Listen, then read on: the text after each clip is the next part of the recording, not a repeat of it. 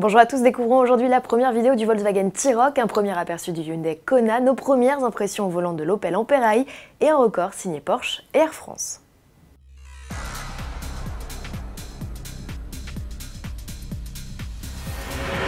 Le T-Roc de Volkswagen se montre officiellement. Le futur SUV compact est l'acteur principal d'une vidéo publiée par le constructeur.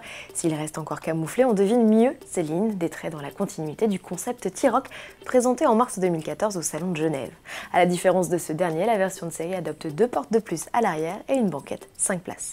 Élaboré sur la même plateforme que la Golf, le T-Roc s'intercalera dans la gamme entre la future Polo SUV et le nouveau Tiguan, un modèle que le constructeur révélera à l'été 2017 et présentera officiellement au public lors du Salon de Francfort en septembre. Grand-messe de l'automobile où le Kona doit également faire ses débuts, ce SUV urbain signé Hyundai se montre au travers une nouvelle image teaser. On y voit un bout de calandre et davantage de sa signature lumineuse.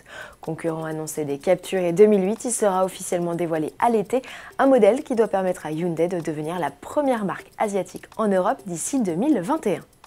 Une petite nouvelle débarque chez les citadines électriques, c'est l'Opel Ampera i, présentée au Mondial de Paris 2016.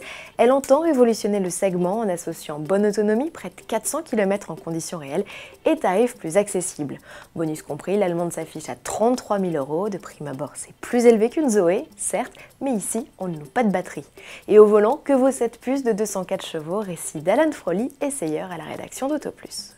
Côté comportement, 204 chevaux sur un train avant, disponible comme ça instantanément, ça met vite à mal la motricité, notamment sur sol mouillé. Il faut bien tenir le volant parce qu'elle a un peu tendance à se chercher, mais encore une fois, c'est une voiture qui se conduit à la cool surtout, très détendue, zen, on profite de l'électrique et on essaie de garder le maximum d'autonomie pour être sûr d'arriver à bon port. Intéressé par ce modèle, il va falloir montrer un peu de patience. L'arrivée de l'Opel Ampera i, initialement prévue en France au printemps 2017, doit être reportée de quelques mois.